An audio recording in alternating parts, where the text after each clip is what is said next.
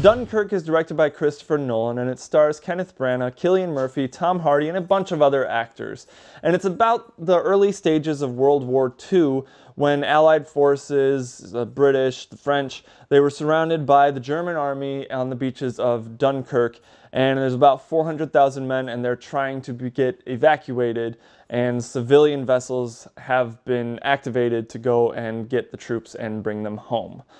Now, this movie did come out a week ago. Yes, we're a little late to the review, but we are going to be talking spoilers, and we're going to try and keep this review as short as we can. So this movie was on one of my top 10 most anticipated movies of 2017, and I was not disappointed. I think it was very stressful throughout the entire thing, and it had a lot of gutsy things that happened that Christopher Nolan did in terms of time shifts and characters that were just, there's so many of them, but I think it turned out really, really well, and I enjoyed it, despite being stressed out the entire movie. This movie almost made it to my top 10 most anticipated movies of 2017, but it was just edged out by a couple more movies.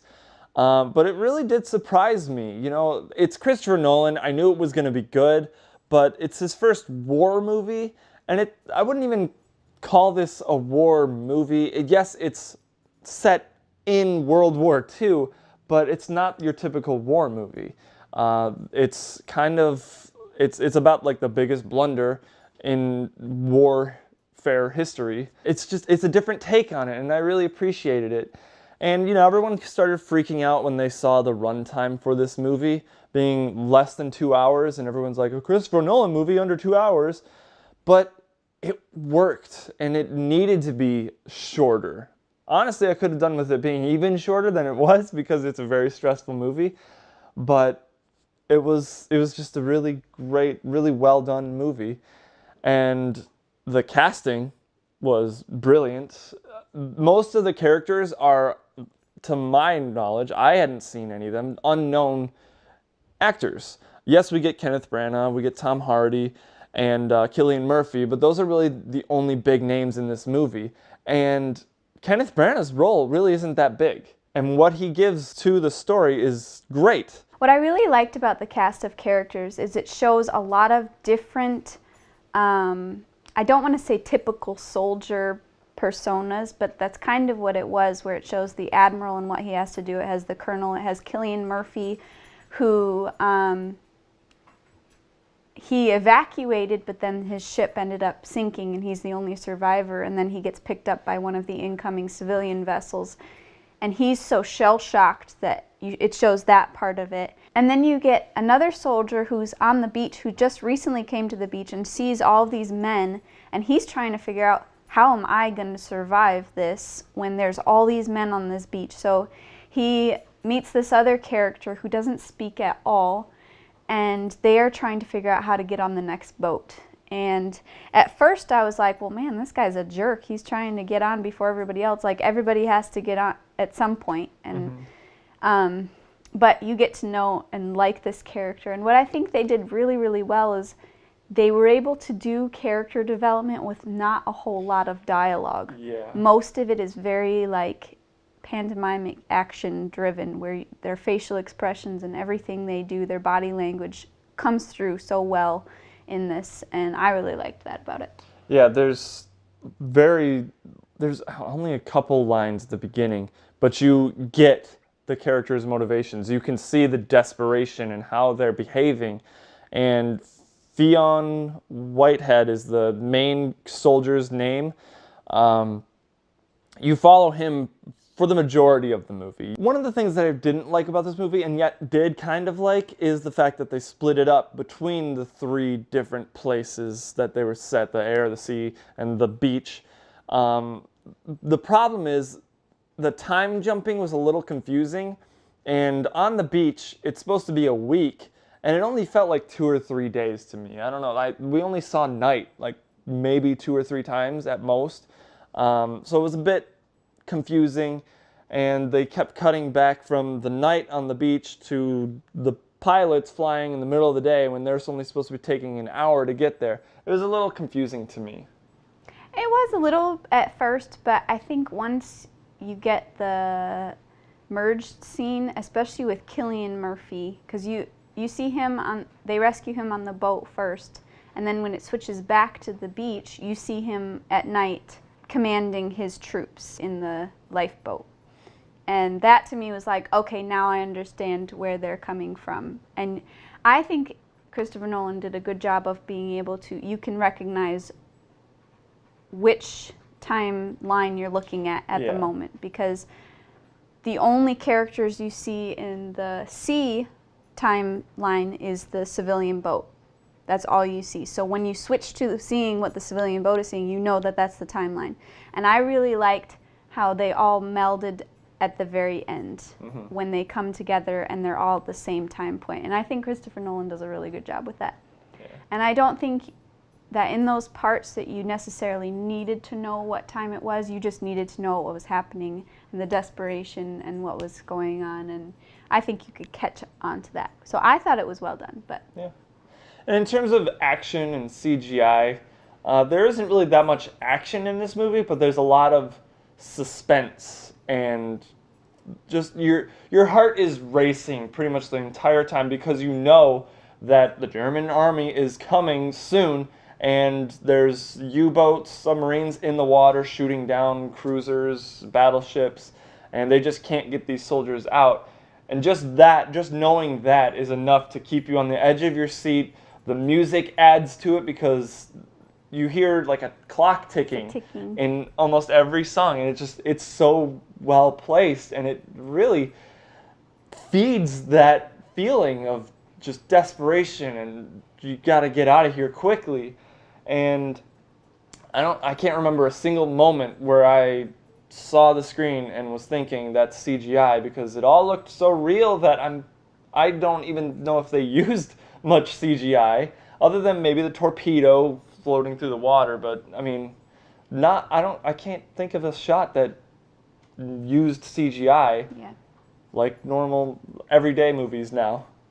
But I think I like how you're on the edge of your seat the whole time. Like, you're just waiting for the next bad thing to happen. And, you know, part of me going through the movie, I was like, how are they going to end this? Because, I mean, in terms of history, you know we win the war, and you know, they're all going to win. But in terms of this blunder, like, they're not getting out of there very easily, and the Germans could come at them at any point in time and just take them all out, which I think was shown the best in the air dogfights, because Tom Hardy and the other pilot are trying so hard to keep the aircraft, the enemy aircraft, off of the beach, because they can literally pick off all of these men on the beach just by running down the beach and just shooting at them all and just killing hundreds of them at a time. And it's so scary, because you're just sitting there just waiting. And then when they're on the rescue boats, the soldier that you see at the beginning, he manages to get on the boat because there was a dead soldier, and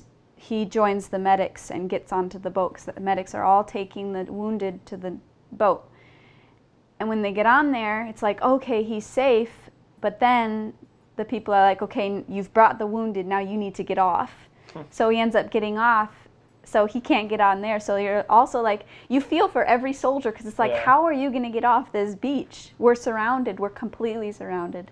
So it's just really like, oh my goodness, what next thing is going to happen? I really liked that. Plus, with the runtime, it wasn't too much, where you enjoyed it, and you know.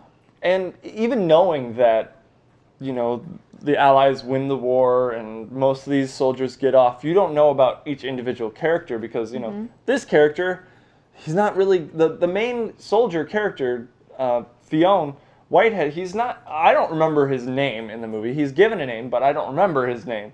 So, you know, you don't know if that character is going to make it, and we're following this character. You don't know if Kenneth Branagh's character is going to make it. You don't know if Tom Hardy's character is going to make it. You don't know if any of these characters are going to make it, but you know the majority of the soldiers are going to make it, and that's what makes it such a thrill and just so intense.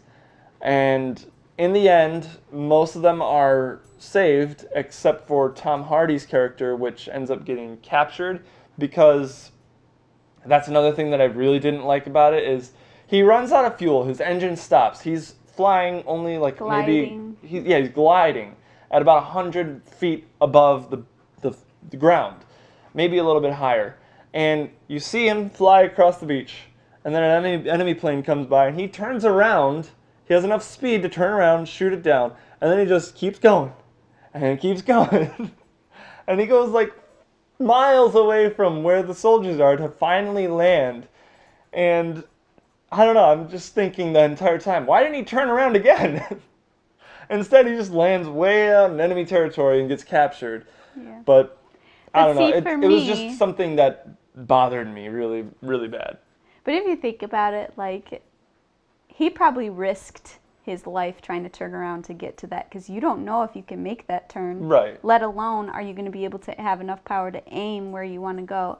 That to me is incredible, Yeah. especially watching all of those dogfight scenes where you actually are in his view of the scope of where he needs to go. And in the air, you can't quite aim, and it's not like a video game where you can kind of like whatever, and I'm gonna luckily shoot. But he shot down 5 planes or something, So which to me maybe is more. That was incredible. it's incredible. He's an awesome pilot, obviously, but you kind of wished that he would have made it. But that's what I appreciate. He sacrificed everything to save as many men as he could on that beach. Yeah. And he ends up being a prisoner of war. You can see the German troops coming to capture him at the end when he's trying to make his plane look like it had crashed, but he couldn't do anything. He can't run anywhere. It's a wide open beach. They see him. He can't do anything. And that part to me was very depressing. But at the same point, I'm like, how noble is that? So. But yeah, all that dogfighting stuff that you just talked about, that was So well done. Every aspect about it. I still don't really know what happened to the third pilot. Either he ditched him or he went down pretty early. But man, all that dogfighting and all the plane stuff was just really just incredible. Yeah. I loved every second of it. I wanted more, but we got quite a bit, and it was great. In the end, this movie is directed by Christopher Nolan, so it is good. It is worth seeing in the theater. We didn't see it in IMAX. I kind of wish we had, but the showtimes just didn't line up for us. I give Dunkirk an A-. There were just a couple things that I wish could have been better, but yeah, overall, it's such a great movie. And if you want your palms sweaty and your heart racing for an hour and 45 minutes, this is the movie for you. I really, really loved this movie, and I've always been a fan of the World War II, anything, shows, movies, all of that. I just get drawn to it.